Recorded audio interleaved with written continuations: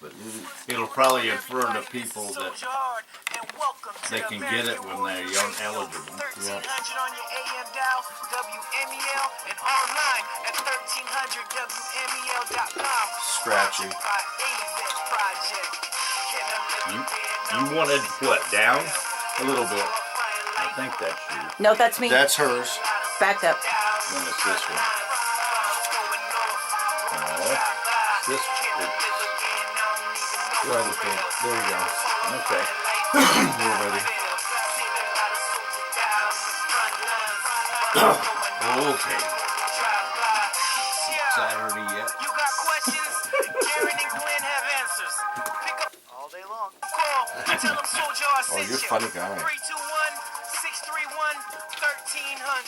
321-631-1300. Welcome to another exciting edition of American Warrior Radio, the place to be for news, notes, interviews, and current events for all issues military and veteran related.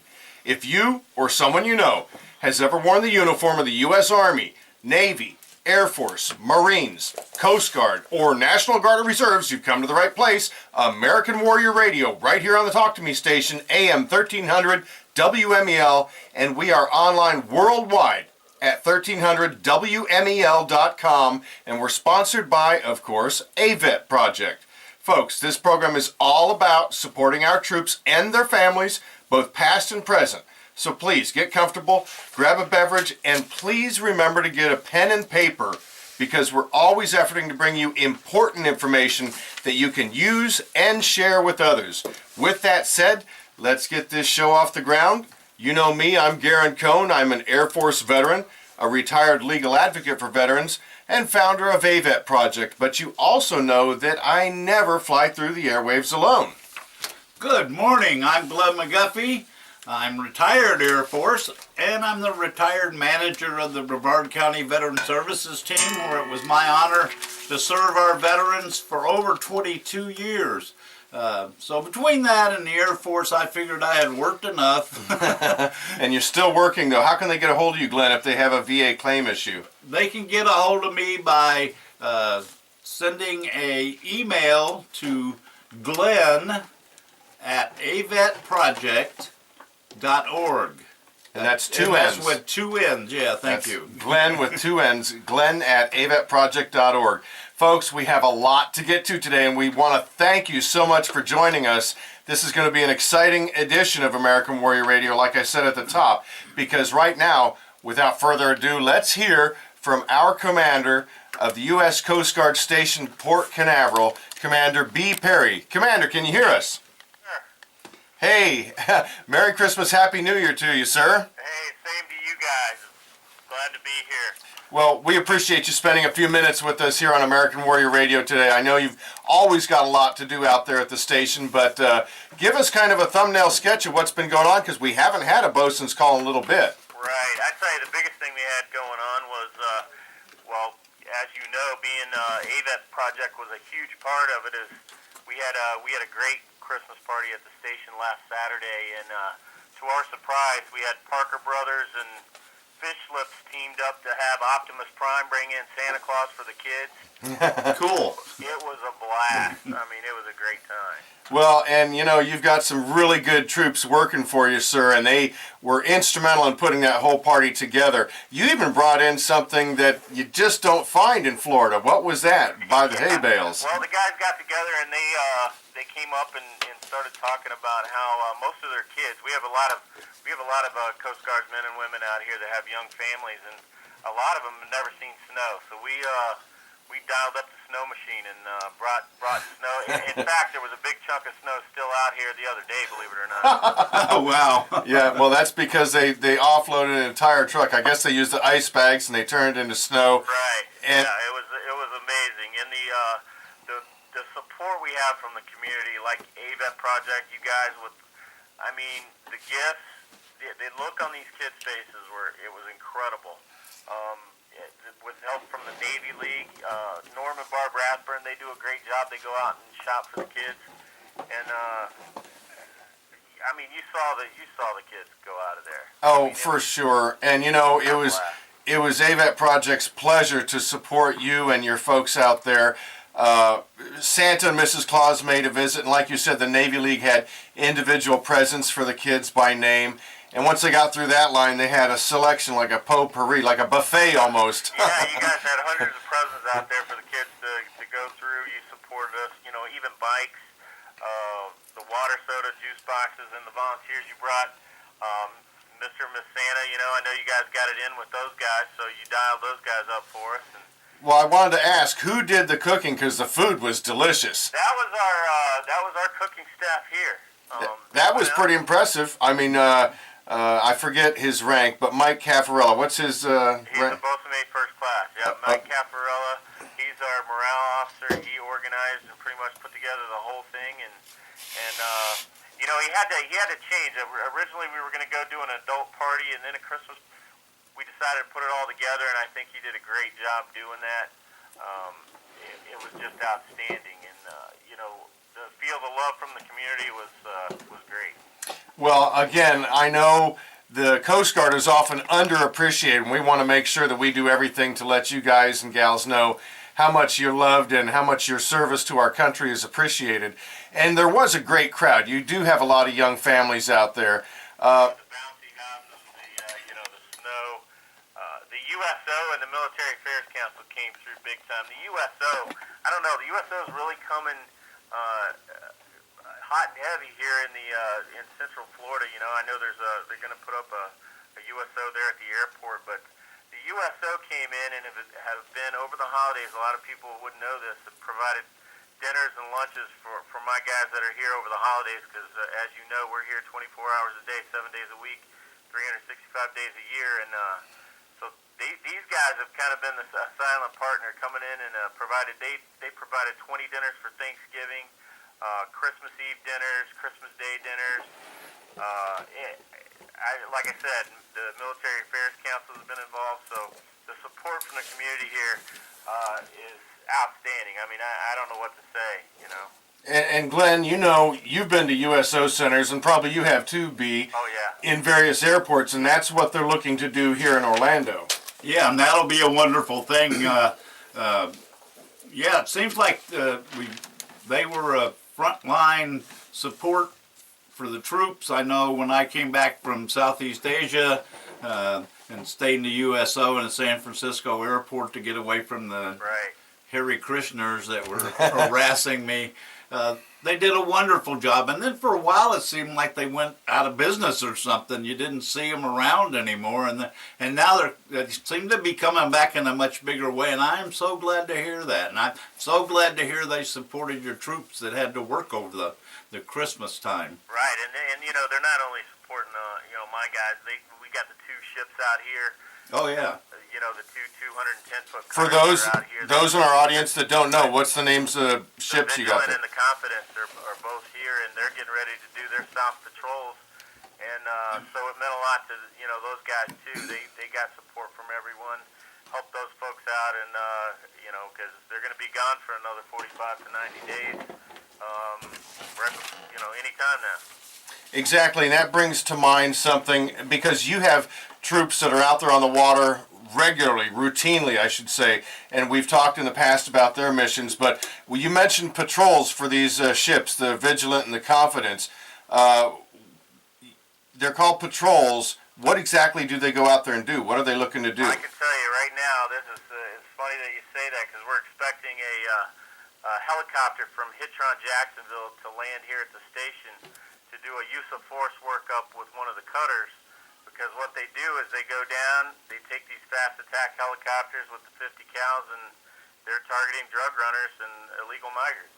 Wow. So your station, do you have a helipad out there? I think you should have a helicopter. But Yeah, I wish we had a helicopter. No, we use the open field here. The guys are out there preparing it for landing now, and then, you know, if you're around the port, you might see this red helicopter coming in. That's where it's going. It's going to be landing here to do some use of force workups, which is just communication between the boat crews and then the aircraft so that they're on the same page whenever they go and target these vessels. And both those ships you mentioned do have on their fantail helipads, right? They can land helicopters. They usually, whenever they go downrange, down towards the Caribbean, they'll have a helicopter crew on board. That's great. And speaking of y'all's mission out there, did I hear that recently one of the launches was delayed because some idiot wandered into the wrong zone? Yeah, it was. There was a sailboat got in there, and you know we had rough weather at that time, so we had the 87-foot patrol boat working the launch for us. What's the name of that one? That was the Kingfisher that came from Jacksonville. So the Kingfisher came down and worked that launch,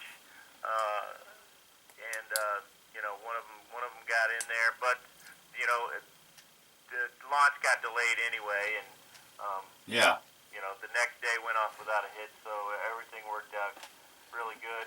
I gotta say, if some people are interested in really what's going on in the Coast Guard, there's a really neat thing going on uscg.mil. uscg.mil. If you go on there, they're showing some of the best 2014 videos that have been submitted throughout the Coast Guard on some of our missions. Great. And it's really neat. They got ice rescue training. They got some of our pursuit boat training, which is kind of what I'm talking about with the aircrafts and such on that website, so you can kind of see what's going on and what has been going on for the past year. Pretty good, pretty neat stuff on that website. Excellent. Well, give us some idea of the types of dangers you guys and gals run into doing your missions, various that they are, just so our folks that are listening get an idea of the kind of dangers that you face as a Coast Guard person. Well, you know, a lot of people don't realize that we're actually involved all over the world, and being the smallest service. I mean, New York Police Department has more than we have in the Coast Guard. Amazing. Yeah, it is. It's amazing. And then the missions that we're involved in, from wartime missions to the port security, the drug enforcement, the illegal migrants, the ice break-in, to the aids to navigation work. But one of our biggest battles that we fight is with the reduced amount of resources we have and the reduced personnel we have, is staying fit, staying focused, because Mother Nature is pretty relentless, and that's our biggest battle is against Mother Nature. When somebody goes out there and gets themselves in a bad situation, we really don't have a choice. We go out there and bring them home, and that battle every day is taxing on a dwindling amount of people and some older ships. I mean, hell, these 210-foot boats out here are 60 years old. 60 years old. I mean, so it doesn't stop when you pull in. You know, you got to work, you got to maintain, you got to keep these things going. With the budget we have, we gotta make it work so we can bring people back. And again, we're talking with Commander B. Perry from Coast Guard Station Port Canaveral. You raised some interesting points there, and that is, number one, the entire Coast Guard, which is worldwide. It isn't just here around our coast or our inland waterways. You're everywhere, and you operate with fewer people than the city of New York has policemen. I mean, let that soak in for... Yeah, it's unbelievable. That just blows me away. Well, you gotta say we're pretty... We're probably the best bang for the buck the government has. I mean, with a small service like this to do so much, it's pretty amazing. I've been doing it for 25 years, and it never ceases to amaze me. These kids that come in and just are ready to serve, and you're taking up the spot of 2 or 3 people in our missions, and you're multifaceted, and these guys do it to the best of their ability, and it's been awesome. Oh yeah, and I know I've always been in awe of and wished that some of the other services would adopt some of the same philosophies, I guess you would call it, that the Coast Guard has.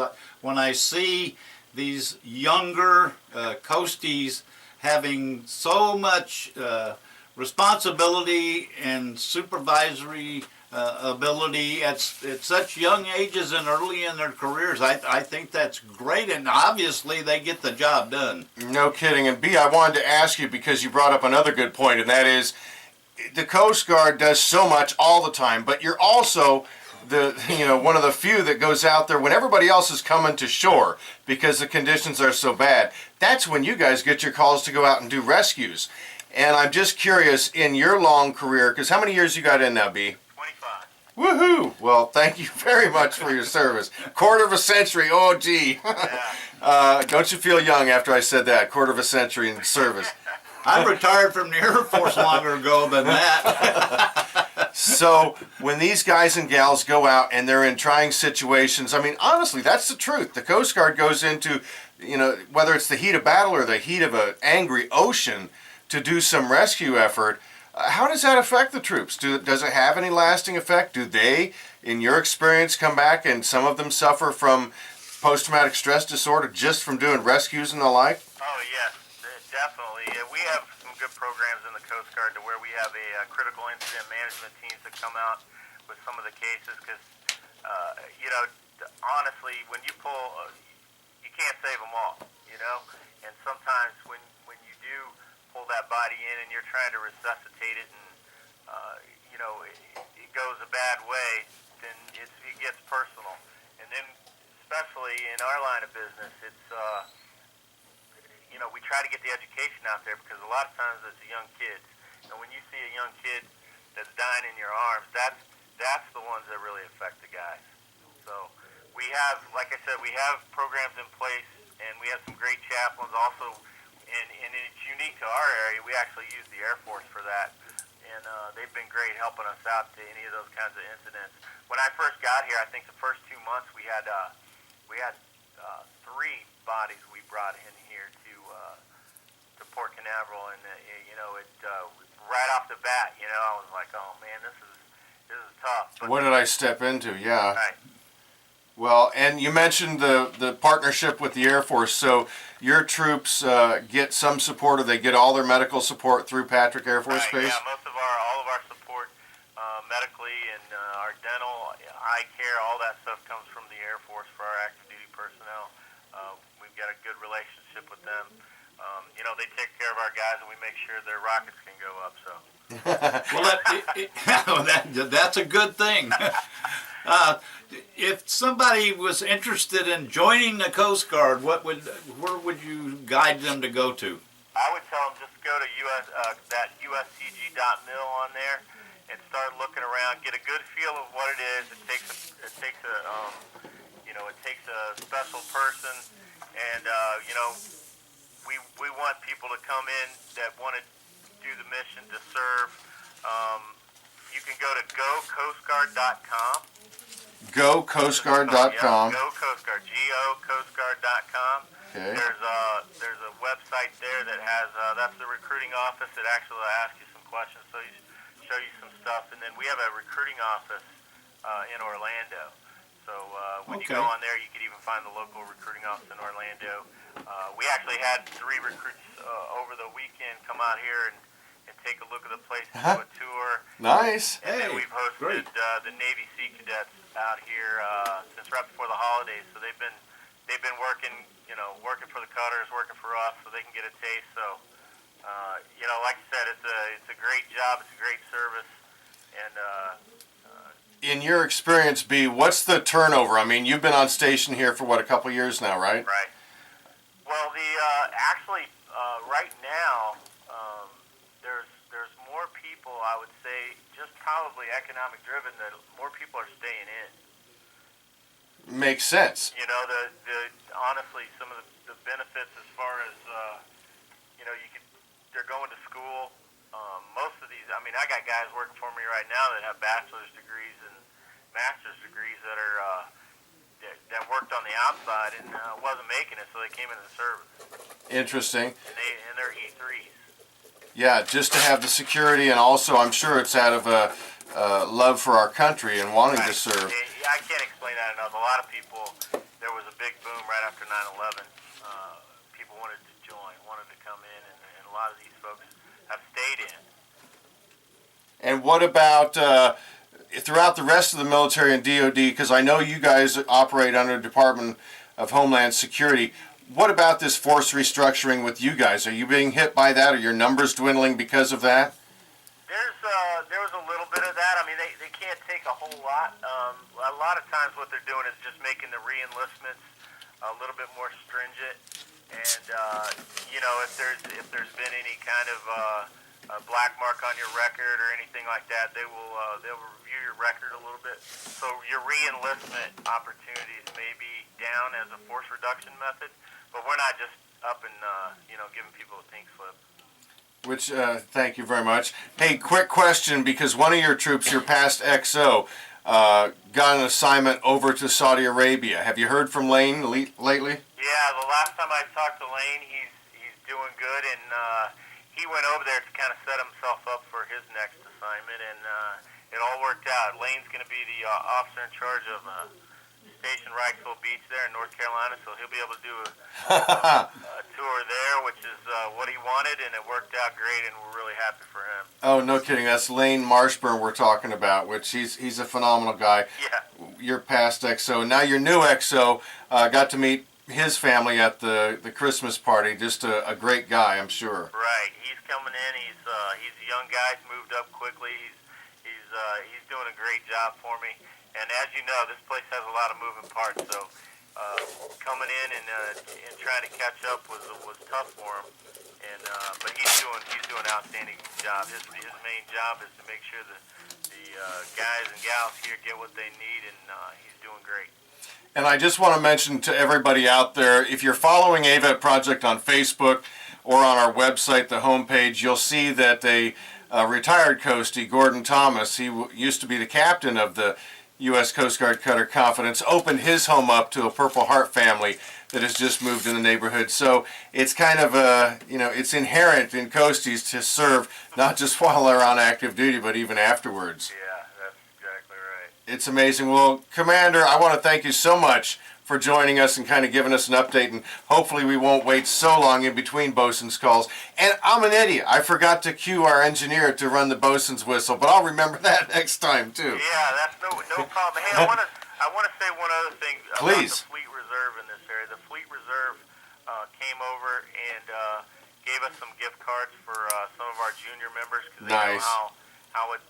I mean, look at it. We got guys that are on WIC. We've got guys that are on food stamps around here. Well, the Fleet Reserve came over and gave some of those folks with young families that are junior ranks some gift cards for the holidays, and I want to really thank those guys too. Oh, for sure. Again, folks, we've been talking with Commander B. Perry, U.S. Coast Guard Station Port Canaveral. Sir, thanks again, and we'll talk to you in the new year. We'll talk to you next year. Yeah, next year we got a big year headed up. A lot of launches coming up, so maybe we can get you guys out there for another one. Oh, that sounds great, brother. Thank you so much. Have a great weekend. All right. Yes, I salute you and your men and women out there. Thank you very much. Thanks, Glenn. I appreciate it. You guys have a good weekend, and Well, another year down. That's right. We'll Yeah, talk to you yep. soon, sir. Roger. Folks, don't go anywhere. American Warrior Radio is going to be right back on the big Talk to Me station, AM 1300 WMEL. Stay put. Don't go anywhere.